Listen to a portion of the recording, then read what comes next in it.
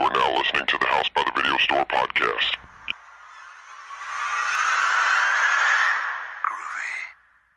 There's no more room in hell. The dead will walk here. We have such sights to show you. I kick ass for the Lord. Great Scott, get away! Welcome to the House by the Video Store podcast. I'm your host, William, and joining me today will be Sean. Hello. And Derek. Hola. And in this episode, we're not going to be talking about a specific movie.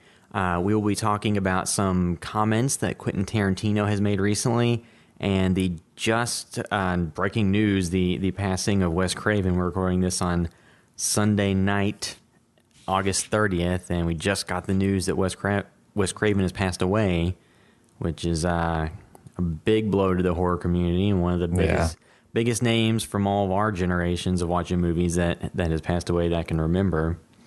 Director-wise, this is probably the biggest named director that has passed away in modern horror, right? I mean, I can't think of anybody else. You know, it's like Alfred Hitchcock from that generation. Yeah. And then Wes Craven. Yeah, because even like George Romero's still kicking around. Yeah, that's who I always think about, Romero, because he's not a spry young buck anymore.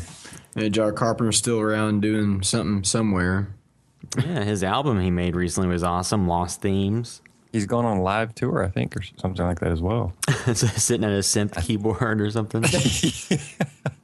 Probably in sweatpants. That's when I met him. He was in sweatpants about up to his belly button.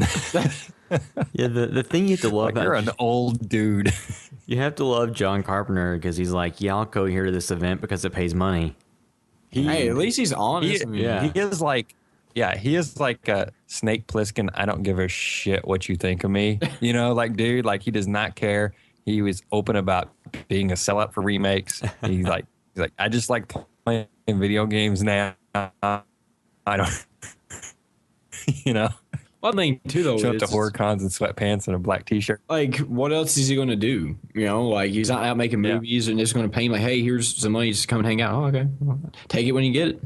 Yeah, no, he's awesome. Hey, because if someone wanted to pay us some money to come and hang out, no, I'd probably do it unless it was like some type of weird sweatpants. Well, and two, I don't know that John Carpenter so much endorses all the remakes as is, you know, to him it's just, you know, like, it's inevitable, it's going to happen. Might as well get your paycheck and make sure they at least attach someone that's semi-talented to it. You got to pay for the Xbox Live subscription. Because the cost of it, the gold subscription keeps going up. You get on the Amazon deals and stuff. But, you know, with Wes Craven passing, it kind of makes you wonder what they're going to, because they were just discussing another remake of Friday 13th, or not Friday 13th, Nightmare on Elm Street. So I wonder if that's still something that's going to happen, or if that's going to delay it, or if that just doesn't matter. I think that could almost expedite anything. You know, it's one of those situations where I don't know whose hands it is now, but chances are it's whoever owns the rights, where they can pretty much do what they want, carte blanche, and not feel even obligated, even if there wasn't a legal reason for consulting Wes Craven or whatever. You know, it was one of those things where they probably would have at least talked to him a lot about and probably try to want to get his blessing. Now it's just like, okay, well, whatever's going to happen happens, you know? Yeah, and see, another interesting thing is like the Scream franchise, you know, like anything ever happen with that again? Or well, the Weinsteins had kind of said that the movies were done and it was just a TV show now. And the TV show, we can talk about that here in a second. Well, and at this point, too, I'm glad 4 came out when it did. And, you know, they've already said it's dead, so it's not like we're thinking. Obviously, him passing is a much bigger deal for his family and everybody that knows him. But his fans, you know, sometimes when somebody passes before something gets completed or whatever, you know, it's just that's part of their legacy. Even though who they are as a person is obviously more important. It's one of those like what if things. And at least we know that that franchise was put to bed, and for no other reason other than, you know, it kind of moved on and has its life on TV now. And he kind of got to, you know, for the most part, come back to it with part 4 and had a satisfying conclusion for the most part, you know. Yeah. You didn't feel like he had another chapter he was like really waiting to tell with that franchise. But, you know, when you think of him, you think of like The Hills Have Eyes, the Nightmare on Elm Street, and your Scream. Is there anything else that's got a bigger name attached to it that he was involved with? His Swamp Thing. What else, William? Run down the list. One upstairs. Did you say that? Yeah, so Last House on the Left. Yeah, I really enjoyed the original one. The Hills Have Eyes Part 2. Yeah. Yeah. He directs episodes of The Twilight Zone, The Serpent and the Rainbow, which is and he did Hills Have Eyes, the original, too. Yeah. Yeah, and then the Serpent and the Rainbow is a movie that doesn't get talked about a whole lot. I mean, I guess it does sometimes. The Bill Pullman movie, it's about like the actual zombies that, the voodoo culture. Oh, yeah, I remember that. Yeah. Shocker. Oh, yeah. He's done a few TV movies and things like that in TV series. The People Under the Stairs, which is a crazy movie if you haven't seen it. Yeah, I remember that. Wait a minute, is that the movie? I always get this confused because is that the movie is like based around what happens to some kids at the house when their parents aren't there, or is that a different movie? No, that's where the little kid like breaks into the house and then there's just literally people who live in the basement under the stairs and like the kid's stuck in the house trying to get out. Oh, okay, I'm thinking of a different movie then. If you ever watched Twin Peaks, it's got Hank wearing like isn't it like his version kind of like of a gimp suit, like the Pulp Fiction gimp? Yeah. And that's just a crazy movie that when it came out, like I think people are just kind of like, what do we do with this? Then after that, he directed New Nightmare, the Nightmare on Elm Street movie. That was kind of one of the first like modern meta horror films that came just a few years too early. Had that been released post Scream, I think it would have done a lot better in theaters. But most people, when they list their favorite, Nightmare on Elm Street movies, I think in some order, it's always like number 1, number 3, and then New Nightmare is what I've seen from the majority of people. Number 2 is just hot garbage. And I was kind of like writing up, the article on his passing before we started this because, like we said, it just happened, so I didn't finish it yet. But it got me thinking, like with Last House on the Left, Nightmare on Elm Street, and then Scream. Like for 3 consecutive decades, he made significant contributions to horror. With Last House on the Left, like if he just would have done that and The Hills Have Eyes, he would have solidified his name in horror history. Then a decade later, does Nightmare on Elm Street, spawns this huge franchise. One of the biggest horror icons ever with Freddy. And then, of course, Scream, a decade later, the meta horror franchise. And with Ghostface, which Ghostface, I feel like, is probably one of the last or the last horror icons that I can think of, of the big horror icons. After that, there hasn't been any really. I mean, you have, I can't believe I can't think of his name, but from Hatchet, he's not big to me. Victor you know what I Crowley. mean? Victor Crowley. He's not big to me. He's just. What about, I hate to say this, what about Jigsaw from Saw? Like that's true. puppet? That's true. Yeah. Because like Jigsaw's definitely. Here's the problem with Saw though. Like Jigsaw, like I think like I've seen all the movies except for like the last, like the one that was in 3D, I think. And like the problem with saying that Jigsaw is like a horror icon is like he's dead after like movie 3 or 4. Spoiler alert. And it's all like this convoluted story about how he continued to do all this stuff. I was talking more about like the puppet character, but that's not. That's just puppet movies. I know it's not, but like but how many times? I mean, I went to a bunch of horror houses, and you see they always have that incorporated to their haunted houses. Yeah. Well, in the 90s too, it was very much in vogue for haunted houses to play the theme song from the X-Files for some reason. Yeah. Well, I remember as being a young kid, like that. I remember the intro to it creeped me out more than most of the episodes did. Is it like the weird fingerprint, and then you had like the little guy walking in the hallway, and I don't know. I just remember you creeped me out as a kid. Yeah. Wes Craven too. He was always one I loved watching, like behind the scenes on. I loved listening to him talk about his inspiration and ideas. Especially for like Nightmare on Elm Street, that series. He was just kind of a fun, and he was a very smart filmmaker too. With again, New Nightmare, with the meta approach to that, like. That was very fresh and new at the time, and then Scream, after that. But of course, we were also going to bring up Tarantino's comments on Scream, which is, I wonder if Wes Craven saw that before he passed. Yeah, well, like So just to put into context, so if you didn't see this, which if you follow any horror sites or use Twitter or Facebook, it'd be pretty impossible to miss it. But Tarantino recently said when he was being interviewed about like movies he might have directed or something, he said, "I could have imagined doing the first Scream. The Weinsteins were trying to get Robert Rodriguez to do it. I don't even think they thought I would be interested. I actually didn't care for Wes Craven's direction of it. I thought he was the iron chain attached to its ankle that kept it earthbound and stopped it from going to the moon." So that's like hope. Like I would think, like it sounded like so Wes Craven passed from what they call brain cancer. So I would think that he's probably not paying attention, to any of this type of stuff. But it would kind of suck to see somebody that you might have, considered, I guess they wouldn't be friends if that's a peer or A contemporary. Yeah.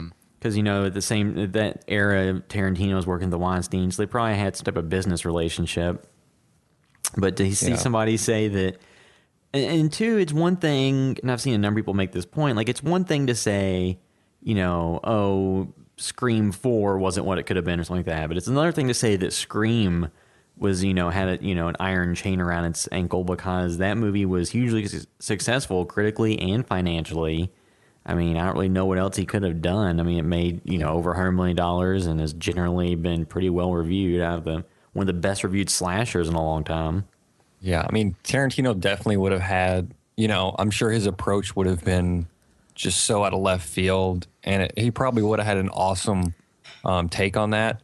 But at the same time, Wes Craven, because he has that more contemporary approach to slasher films, it probably grounded it in a certain way to where the commentary on the horror tropes, it made it work on both levels, where it was a slasher film, but also kind of turning that on its head at the same time, Yeah.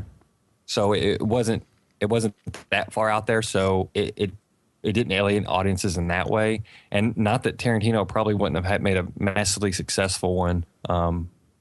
But Wes Craven kind of had his cake and ate it too with Scream. Yeah.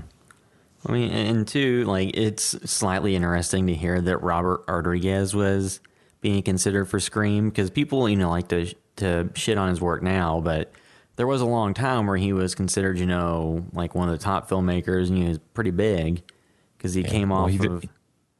What was that? He did The Faculty too for him right after that, right? Yeah, yeah. So in that same general era, he did that in '98, I believe, and it was written by Kevin Williamson, who wrote Scream. So it was kind of all in that wheelhouse. But He also did Spy Kids in that time. To be fair, no, he didn't do it then. He did that later in the 2000s. I thought but it wasn't like, it was pretty close though. It wasn't like it was like 20 years later. He still did Spy Kids. Well, I think he did Spy Kids. So the first one was in 2001.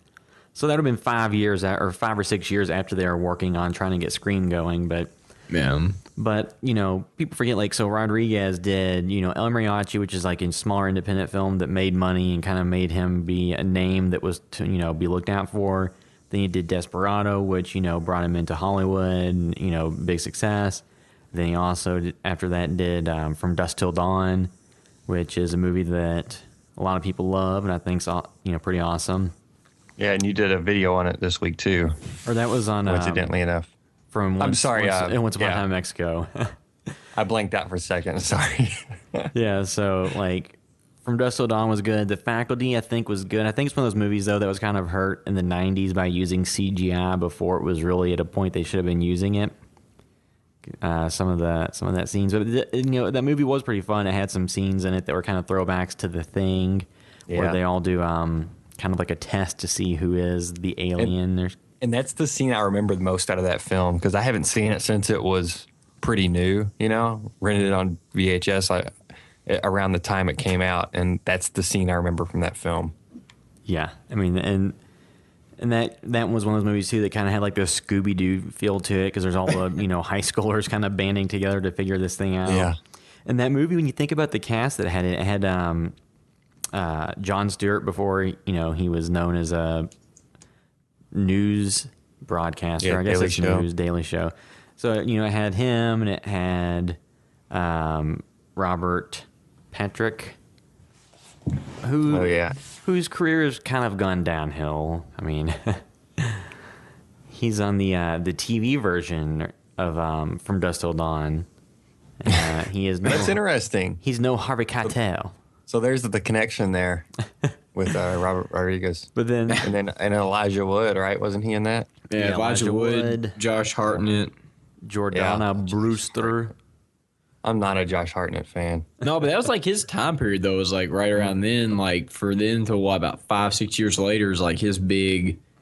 And he just kind of doesn't do anything anymore. He was in that. He was in Halloween H2O. He has a few other things, but then I think it's kind of like yeah. But then like he turned down like a bunch of different like superhero roles in the early 2000s, which I wonder if he regrets now. Since I mean, none of those movies probably would have got made anyway because they like the Superman and kept going back and forth on development. But yeah, we don't need to talk too much about Josh Hartnett. And then the reason I did the video on Once Upon a Time in Mexico was because that's a movie that I don't know. I guess just the time it came out, it was kind of when I was really getting into like the behind the scenes side of like movies and filmmaking, and it was one where the commentary for it was very informative and told you a lot about how they put it together, and it was one of the first movies made with a decent budget that was shot on digital HD cameras.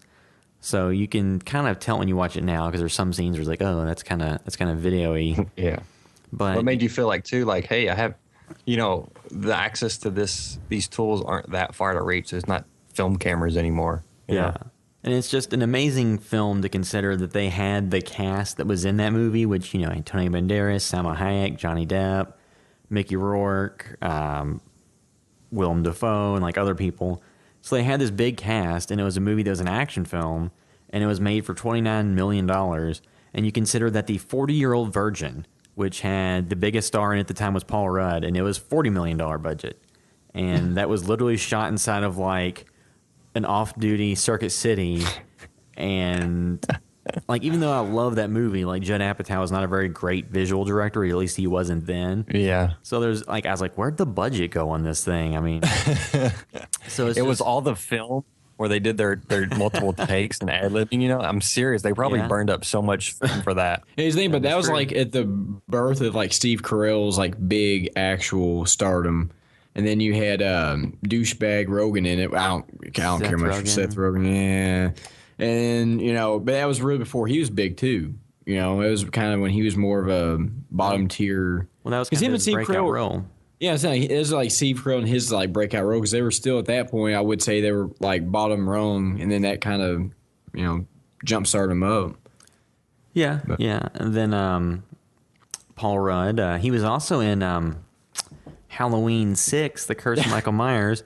And when I was reading up on Tarantino's comments on Scream, apparently he was somewhat interested in Halloween 6 when that was brought into the Weinsteins. So that's I would have hated to have been denied any Tarantino films that have been made, but I would have loved to seen him do a horror film, in that era. Yeah, I mean, when slashers were still, when they were still making Friday the 13th and Halloween's in that before the reboots and everything. Yeah, because the reboots just have a different feel. It's different when those movies are being made like in continuation of each other, but once you take a break away and then you remake them, they just never really seem to have that feel back to them. And I think with slashers, I think you have a couple of different eras. So you have, people can argue over what the first slasher is. I think a lot of people would kind of point to like Psycho as kind of like, our idea of what a slasher is kind of, that's kind of the start of it. And then, something like the Texas Chainsaw Massacre wasn't a slasher per se, but it had a lot of the same elements. It was another movie that was very influential in everything that came after. Had a final girl and everything. Yeah, and then Halloween kind of honed the slasher, the modern day, like a slasher movie, kind of honed it into the shape that it would take for like, the next 30 years. So Halloween kind of started that whole trend. And then it kind of was a very incestuous trend that kind of by the early 90s ground out to just terrible, terrible movies that were, like rehashes of rehashes. And even the later series like Friday the 13th, Jason Goes to Hell, and like that was supposed to set up Freddy vs. Jason, but it didn't really do that well at the box office compared to some of the other ones. And then you had, New Nightmare, even though it was a great concept and, actually was a good movie that's critically liked now, at the time it didn't make that much money. And then you had Scream come along and then kind of, say, okay, well, the horror movies can acknowledge the horror movies of past and bring in, the characters understand the rules and make jokes about it and things like that. And while the Scream itself was great, and, Scream 2 was still really good, 3 I wasn't too crazy on. But then you had, even though the same writers behind them, I Know What You Did Last Summer was a movie from that generation that was still, it was okay. It was fun. But then you just had a lot of terrible garbage that got spewed out in the years after that, trying to be what Scream was and failing miserably.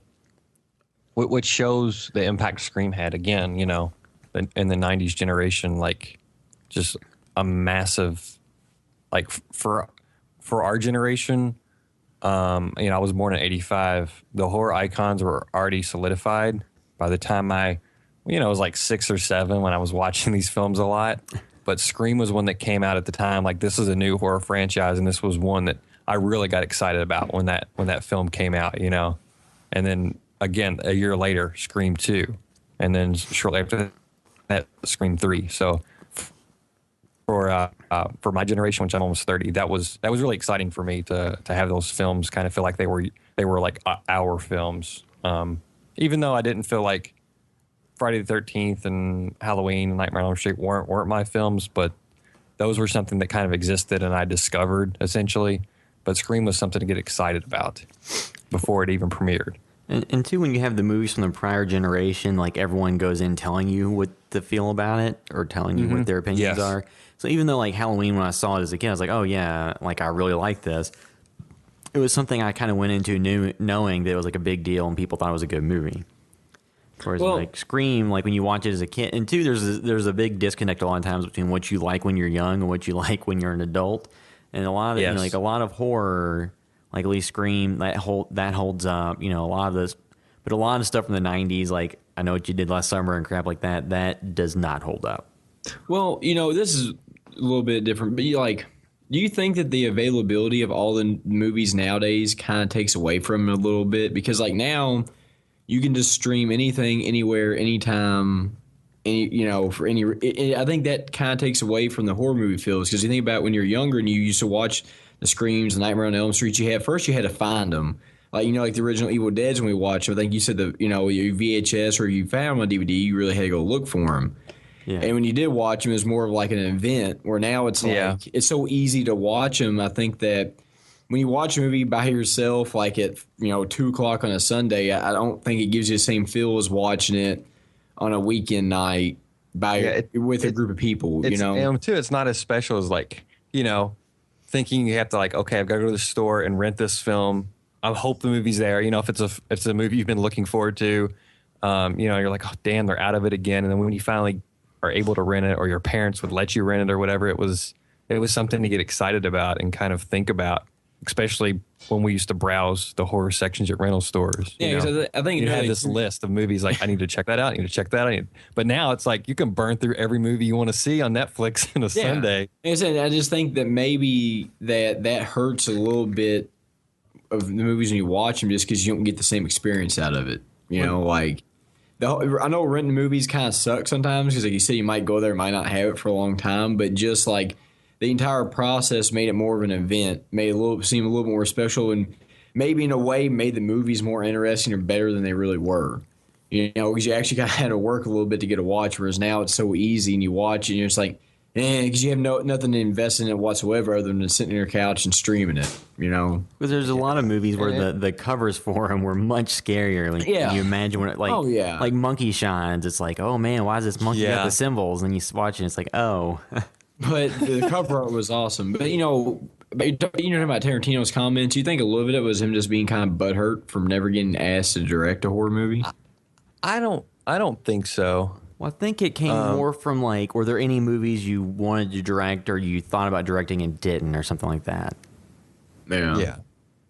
I don't think it was. What exactly was it that he said? Well, I said it earlier. He was just saying that he could have imagined doing the first Scream. Yeah. So I think they were just Oh, asking okay. him, like, if there's any movies he would have liked to have directed, and he just kind of brought up that was one he thought he could have done, and he didn't love what they did with it. Well, it's one of those things where, like, I mean, look how playful he was with Reservoir Dogs, playing with the structure of that film. Pulp Fiction especially, which was essentially like 3 short films, but all linked together. Yeah.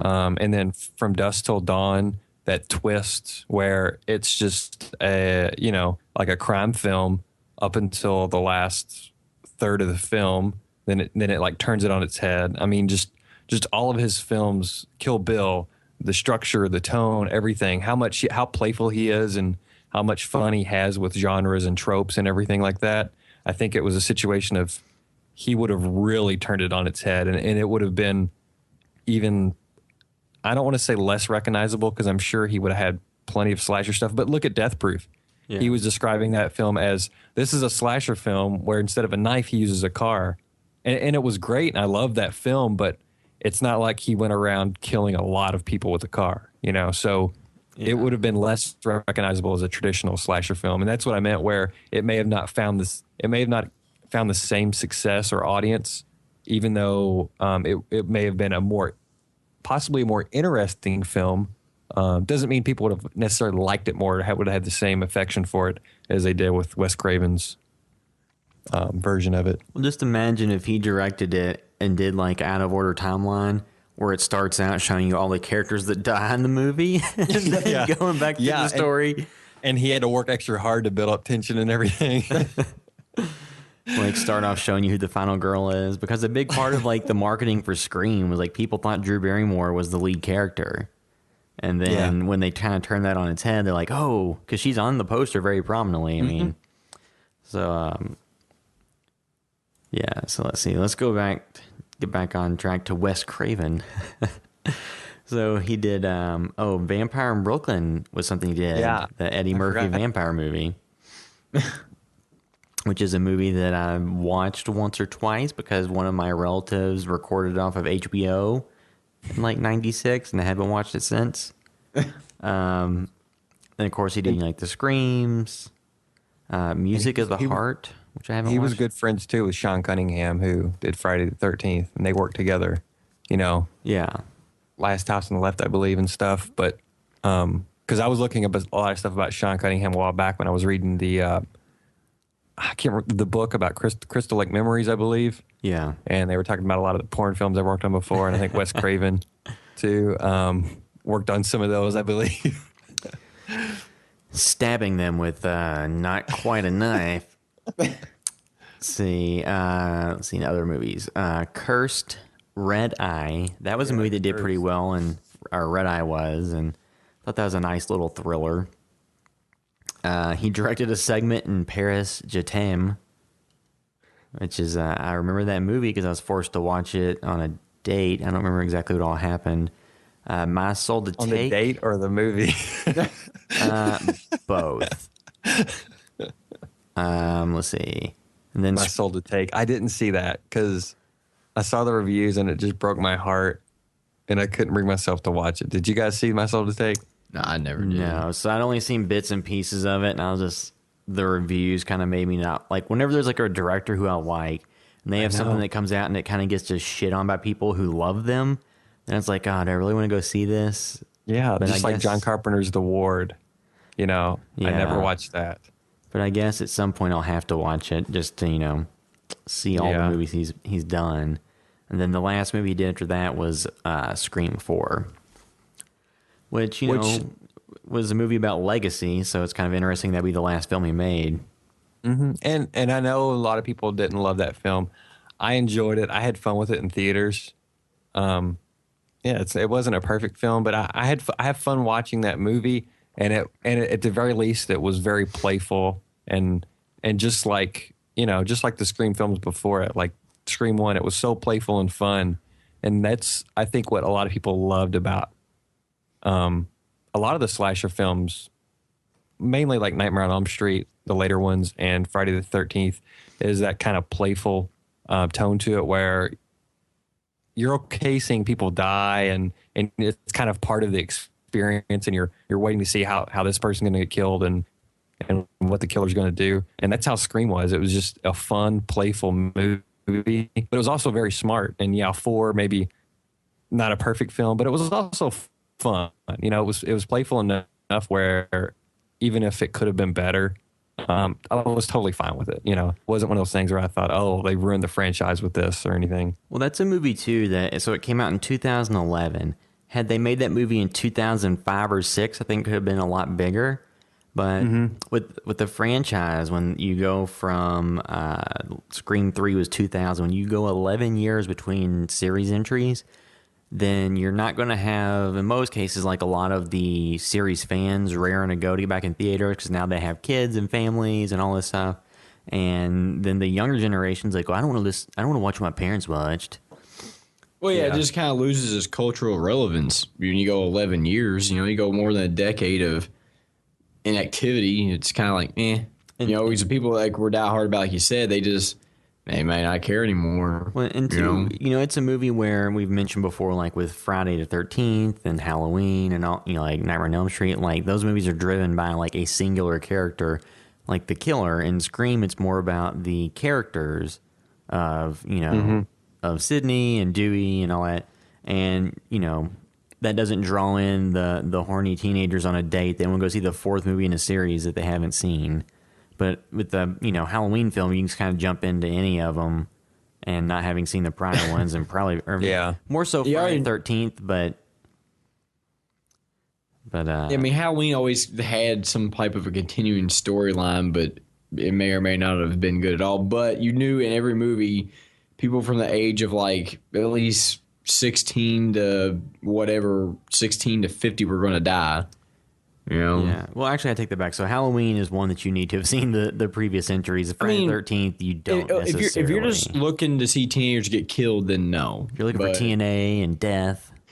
Yeah. Well, actually, really, I don't really think either Halloween movies outside the first one really had anything in it like that. Yeah. You know, as far as nudity went. Well, and two, if you want to hear some crazy stories about Halloween 5, which one was that? The Revenge of Michael Myers?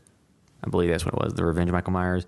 Go watch our panel interview that we recorded from Fright Night Film Fest last year with some of the cast and bask in their eccentricities. So I think we at least mentioned all the movies that Wes Craven had directed. Was there anything else? Not that we've done justice to his career really with this, but it just kind of popped up on us and literally happened while Fear the Walking Dead was going on, and then we started recording pretty much right after that. I mean, and he just seemed like one of the nice guys in the industry because all the things I'd seen with him, he just seemed like a genuine nice person. So, you know, definitely condolences to his family and friends.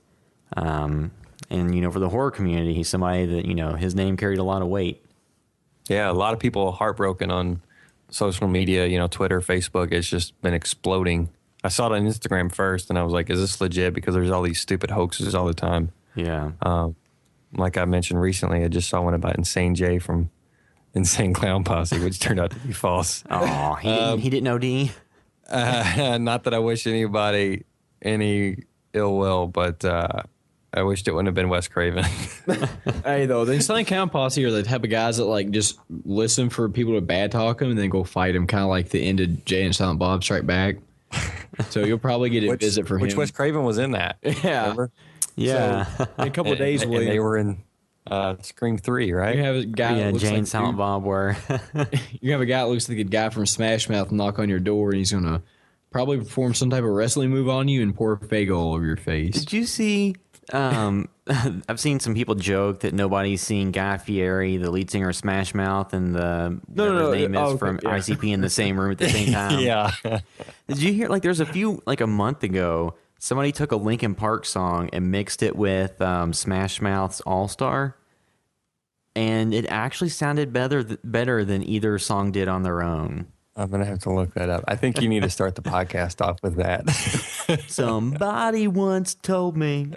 But it's like I said, you know, we definitely didn't do justice for Wes Craven, but, you know, thought it was worth kind of just going through what his film legacy was and, you know, all the movies that he's put out there since he's one of, you know, like the premier horror directors that, affected a lot of people from our generation or generations before and even after, because I know a lot of people, even younger people, love the Nightmare on Elm Street films and Scream. So definitely will be. Well, yeah, at least he has multiple films to to carry on his legacy. He's not even just one director of one franchise. He's got all these films in his catalog that kind of people can go on and enjoy forever and ever. And that's what's great. That's what people like latch on to people in the entertainment history, because they can, especially actors, they seem like ageless because you watch those films over and over. And the directors, it's just great to see their body of work and kind of get their personality after they made so many films. And you kind of get a feel of who they are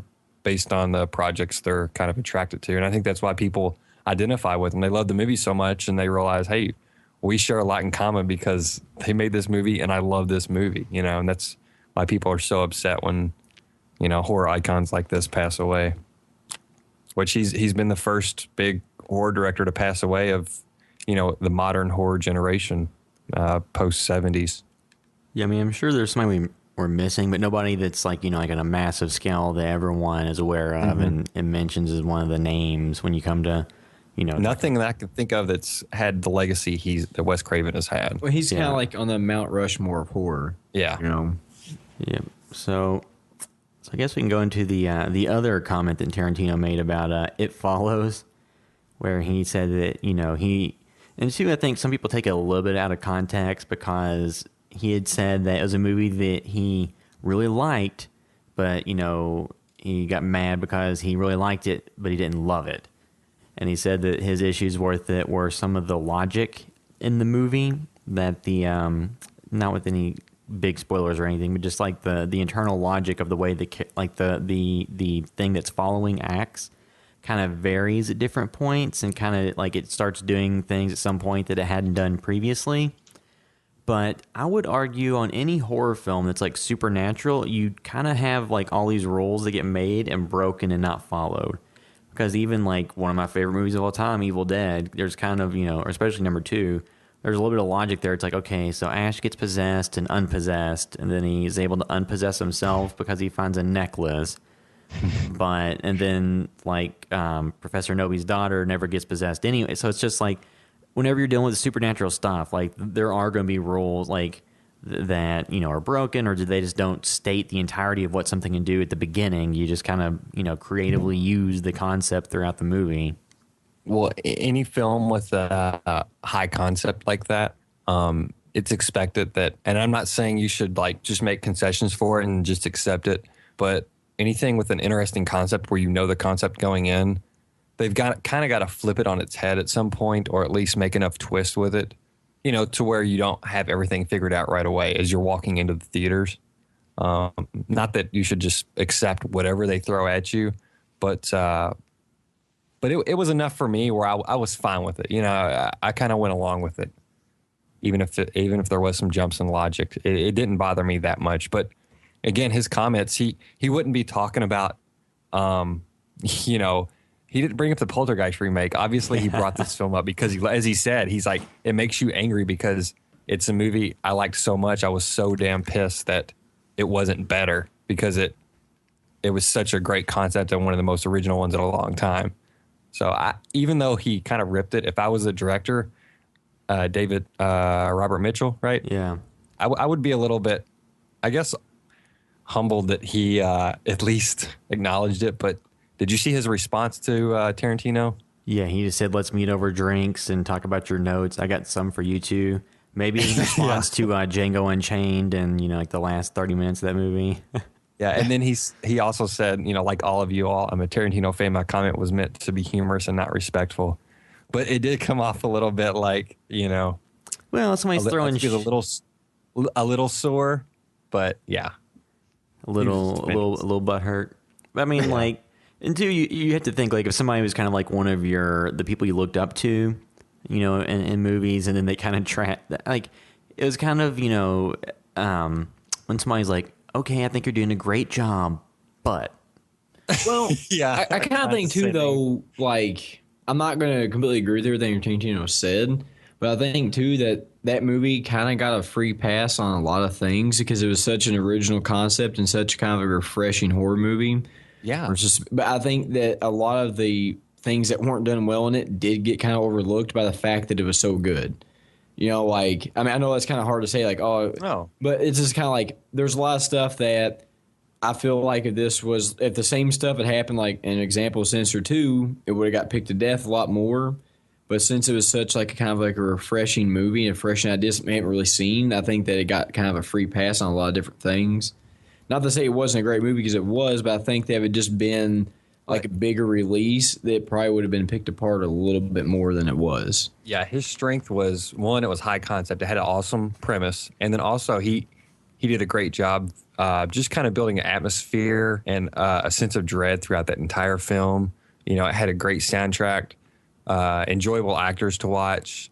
It just did so many things right, where if it even though it's not a perfect film, I think horror fans were starved for something that was original, still fun, and just, you know, kind of an interesting concept that also is still a little bit like a typical slasher film in some regards, because it's this thing coming after them that's unstoppable. That being said, it also has a lot of people who do not like that film in the horror community. And it's always going to be like that. You know, you're never going to have a movie where people love all of it. You know, I don't think there's probably never been like unanimously loved movie within like any type of genre.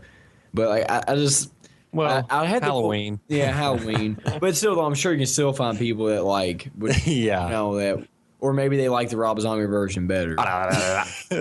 But it's just like but you know, that movie's like I need to go back and rewatch it because maybe my thoughts on the movie have changed since originally when I watched it.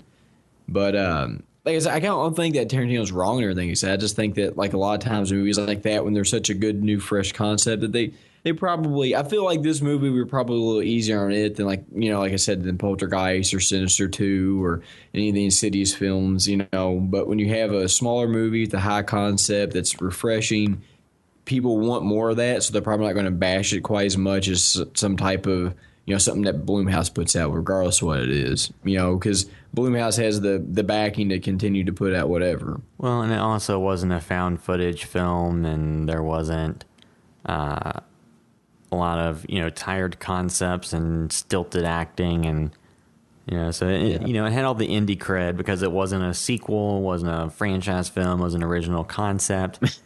And then is it like that's definitely one I think people will be examining for a long time. And is it? And I actually want to look at it more. And I almost thought about putting a video together because some people have pointed out a lot of even shots he's taken from David Robert Mitchell took from the original Halloween and stuff. Yeah. Just like some stuff you wouldn't even think about. Like there's a painting, kind of a jib shot, that lifts the camera up over the hood of a car as somebody's walking towards a house. I think that's like taken right from Halloween, you know. So it's just there's a lot of little touches that I'm sure some very interesting stuff to kind of look at that film, and that's exciting to horror fans. You know, that small stuff where it's not relying on that, but there's a lot of layers to that film that's just kind of fun to re-examine. Is it fair to say that that might be the Napoleon Dynamite of horror films? Limited release. Maybe not to say that Napoleon Dynamite was a high concept, but it's kind of one of those things where, you know, it's a quirky, like not really sure what decade it takes place in. Yeah. There's a lot of similarities in it, and then there also is not, because there's a lot more death in this. But I think there needs to be a Napoleon Dynamite It Follows crossover where Napoleon Dynamite gets it. Dude, and he's trying to get somebody to have sex with him, but Kip, he's failing. Kip or Uncle Rico. Yeah. Rico's trying to teach him how to have sex with like another woman. He's like, if that creature comes here, I'll throw it over the mountain.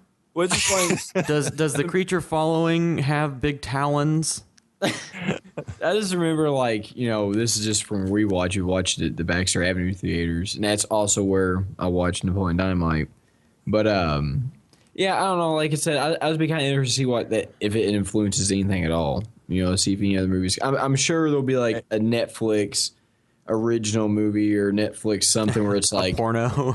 something follow no or even or porno or like there's I can't even think there was like a Paranormal Activity and then on Netflix so they had like a paranormal event and that was like the name of the movie and Paranormal Occurrence. or something like that. Somebody I know had I don't know if it was like somebody local in a film, but they were like promoting who this actor was, and they were in a Paranormal Activity knockoff called something like that. Yeah, it's just like so. I wonder if there will eventually be like knockoffs of It Follows. Is like the thing that follows. There's something really generic. Well, hopefully what people take away from it is hopefully it's the smart filmmakers that are inspired by the way he kind of turned the concept on his head of a typical slasher film and kind of looked at that from a different angle and just his stylistic choices. I would say though, even if you got like cheap knockoffs, that's in one sense like a compliment because you obviously did something right. If you put a movie out and it gets like mixed reviews and nobody tries to copy you, I feel like you did something wrong.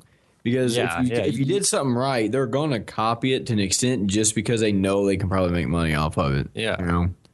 But I feel like that's one of those movies that the original one works very well, but I don't know if sequels or other movies that kind of would work quite as good. It Follows. Like It Follows. Whereas like you have Friday 13th, you just insert serial killer here, insert pretty teenagers getting murdered, and you're fine. Whereas like It Follows, I feel like that's like they would have to keep upping the ante with the concept. Like again, like we talked, getting on a plane, which he's already said it can get on planes. So it's I refuse to believe that because my he spoil it, but so I guess too we can quickly go into some horror TV stuff. So I watched this week's episode of Scream, episode 9. It's the one that was directed by Ty West that took place during a Halloween party. You would think like, oh boy, so they're bringing you like a pretty well-liked horror director from like the recent crop of directors, and it's the Halloween episode, and they actually had some of the characters dress up like characters from Pulp Fiction, and not a lot was really done with it. It was, it was from that show's standards, it was it was a normal episode. It wasn't one of the worst ones, but. If you didn't know who had directed it, just there's nothing in there that would have given it away that it was somebody else other than who they've been having doing the prior being ones. That it's Scream TV, the legacy of that being very self-referential and meta, they should have had somebody obviously in the background wearing the classic Ghostface, outfit. Yeah, I know they would have been like, oh, well, that breaks the logic. But it's like they didn't have to reference that it was from a film franchise. You know what I mean? Like that would have been a fun little thing to see Ghostface walking through the background in a shot or something. Well, I think part of it is they couldn't get the rights to the costume without paying for it or something. Are you serious? Because I think that was part of the reason they went with an original design above and beyond just trying to. But, God, can we go any cheaper, please? Like, instead of using the hockey mask, can we just have him in a just a baseball catcher's mask? Let's just put him in a backward baseball cap and just like hide his face in shadows, so you don't actually have to pay for makeup. And that was my my slasher short film from a long time ago when I was in college. I wrote that one, The Louisville Slugger, and he was essentially like a baseball player that wore one of those masks that used the Louisville Slugger. I figured they would have a problem with that though if I put that film out there. Yeah, and two, they just they're trying to set up the end game of trying to figure out who the killer is. And so do we have how many more episodes do we have? I think there's just one more. The next episode is going to let you know. I think they already said the next episode will reveal who the killer is, and end the season. They got renewed for a second season, although I've heard the ratings haven't really stayed. They've dropped off, so maybe they'll unrenew it. But then, Sean, you watched this week's episode of Fear of the Walking Dead, right? Yeah, I liked it. It continued to, without spoiling too much. This is a prequel to The Walking Dead, which I don't really watch. I only watched like the first 5 or 6 episodes of that. Which was kind of like a post Fall of Civilization show. Like it already started where everything was kind of went to hell. I know it's like continued to get worse and worse as the series gone on, but Fear the Walking Dead, of course, starts out L.A., when the outbreak first starts. In the first episode, there was probably only a couple zombies that I remember.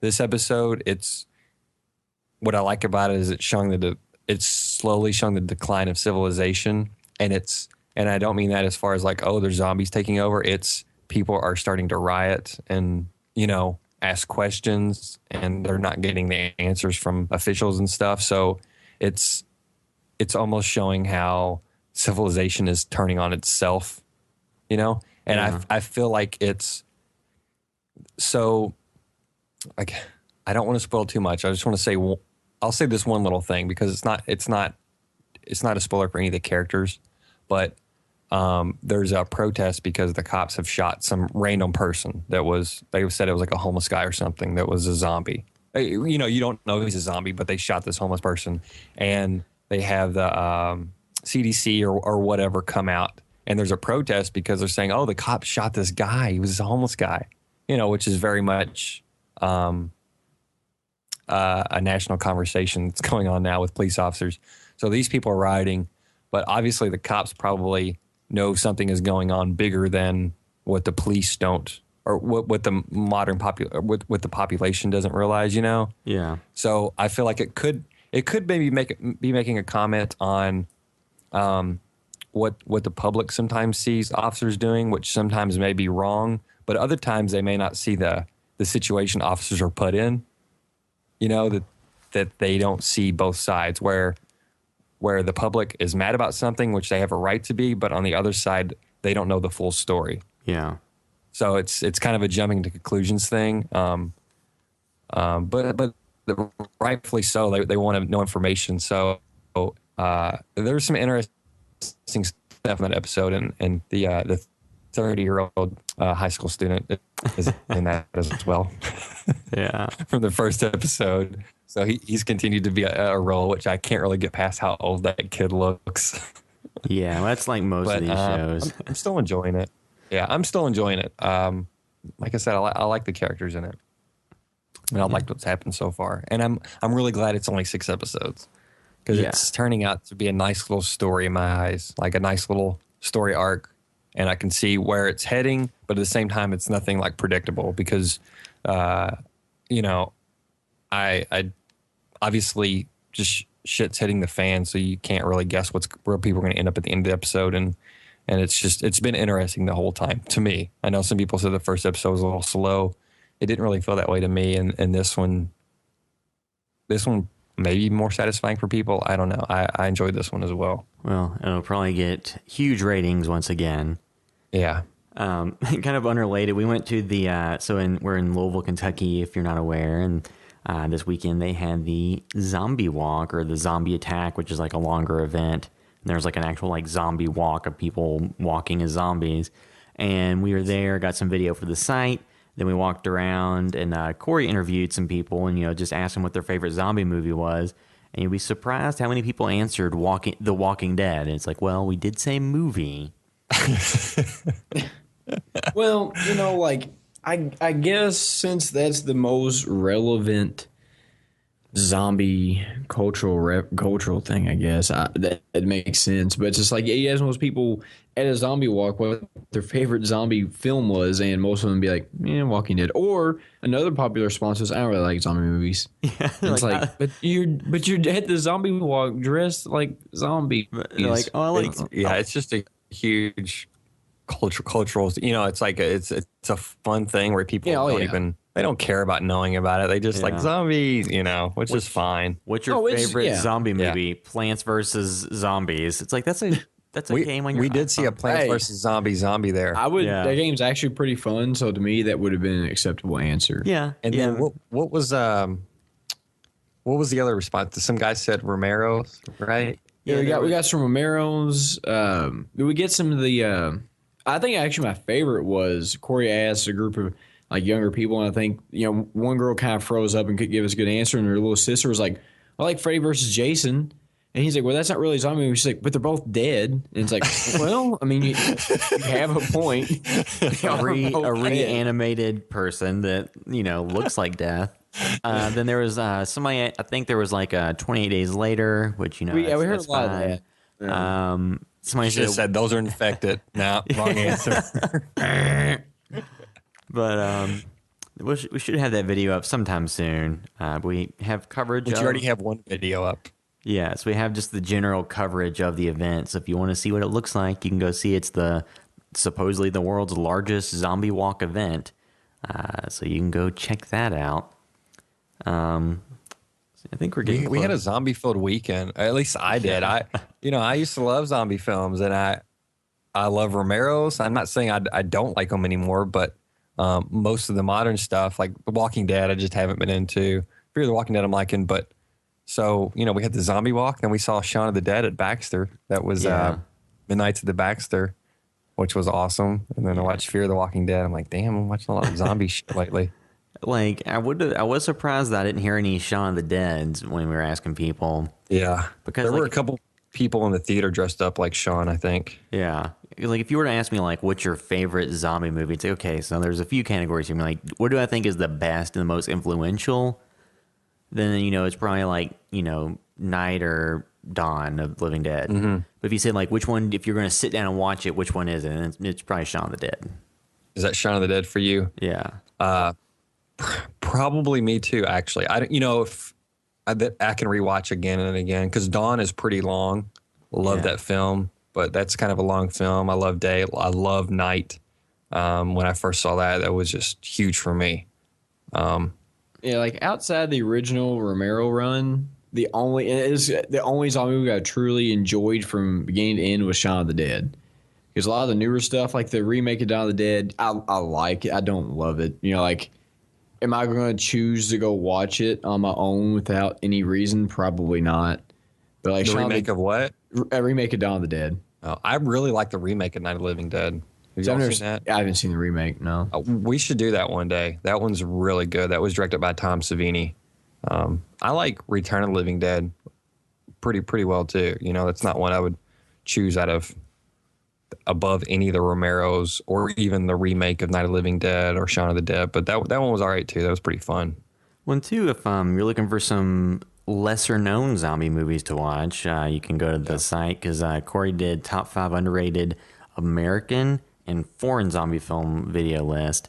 So you can check those out. And there's some of those I hadn't seen before. Two separate video lists. Yeah, and I also forgot to Italian movies go. I really like the movie Zombie, which is amazing. That's right. And it has like one of the most ridiculous scenes that I remember in like a horror movie at the time where like a girl, not to give too much away, but her eye meets a splinter and it's really painful to watch. So I definitely recommend that. It was on Netflix for a while. I don't think it is anymore. If you have like the El Rey network, it was on. I think they've been showing that lately some. Is it Zombie 2 with the shark fight? Or shark fights a zombie? Yeah, that too. I don't know why I forgot all about any type of foreign zombie films. I was thinking more in the line of, Romero's, the American influences. No, like the original Zombie was like, it was a fun movie. It's kind of ridiculous.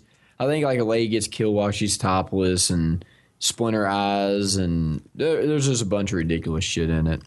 I also really like House of the Dead. As much as everybody hates it, it was just a ridiculous movie when I was younger. Like I have not seen it. The Uwe Boll one? Yeah, I haven't seen it since I was like 12. I'm 25 now, so it's 13 years. But I remember when I was like 12 years old, it was kind of awesome. So you liked it when it randomly cut in footage from a light gun video arcade game into the movie out of context for no reason. Like, all I remember is like playing Tony Hawk and then watching that and going out and doing stuff. So at the time, it seemed good. I'd probably have to revisit it, but I just remember being like 12 or 13. It was all right when I was like 12 or 13.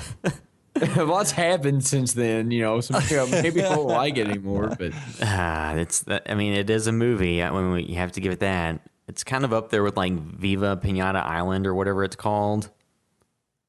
The one where they made a movie of Viva Pinata, or not Viva Pinata. I forgot what it's called. I think we talked about it before. It's got the dude that played Xander from Buffy and Jamie Presley, and they're on some island. There's like this really terrible CGI pinata killing people. And I would say House of the Dead's, it's on par with that. Which is what about Zombieverse? Speaking of that, I know Derek said we mentioned it before, but that's a movie. You never told me the concept of it. That's why I didn't think we had talked about it. But at least explain the concept that you may not be directly apparent if you hear about this film. Well, I mean, I don't know if there's much of a concept beyond it's like zombie beavers. Well, what happens when they bite people? Oh, well, it's okay. You would think like, okay, like the beavers just have the disease. When they bite somebody, they then turn into a zombie. Like, no, they turn into a zombie beaver person thing, which I don't understand how that's possible. And it's one of those movies that, I mean, it's very much like a schlocky, like attempt to be like a B grade hit. Because there's a lot of movies like that lately. Like I mean, somewhat successfully, like the Piranha 3D movie pulled it off a few years ago. But then like this Sharknado. Then like the sequel, yeah, like all that stuff. I mean, it was in that same vein. It's one of those movies that's like aggressively mean to the characters, and they're all kind of unlikable. But yeah, it's on Netflix. I mean, if you have like an hour and a half that you don't have anything else you want to do, you can watch it. So I think we can go ahead and start wrapping this up because we got pretty good on time. Is there anything else you may wanted to talk about before we bring this to a close? I don't think so. Next week's podcast we'll have Chucky, right? Talk about Child's Play. Child's Play. Sorry. I mean, it is usually referred to as the Chucky movie by people. So. Yeah. I think that's it. Anything, Derek, you want to bring up you've been watching? I didn't get a chance to watch anything good this week. Yeah. I got so busy, never got a chance to really watch anything. Yeah, I wanted to watch Turbo Kid, but again, I got too busy too with everything going on. So I've heard some pretty good things. Some people were really hot on it, saying, "Oh, it's the best film I've seen in a long time." And other people say it's pretty good. I'll probably fall somewhere in the middle. Yeah, you kind of like in this day and age, the hype train gets going pretty quickly for a lot of stuff, and it's hard to separate it out. All right, so as always, you can always go to the website housebythevideostore.com to see everything we're doing. There's links there to all of the social media profiles, to YouTube, to Vimeo, to Facebook, Twitter, Vine, Instagram. See everything there. And like I said, this week we have some videos of the zombie walk. There's one up now. There should be another one going up soon. And we'll have, as always, new posts going up all the time. If you want to follow us on social media, you can follow me on Twitter at Will_droid. And I'm at Blevin Sean on Twitter. And you can find me on Instagram at MetaWorldDerek. And that will bring this episode of the House by the Video Store podcast to a close. Thanks for listening. House by the Video Store.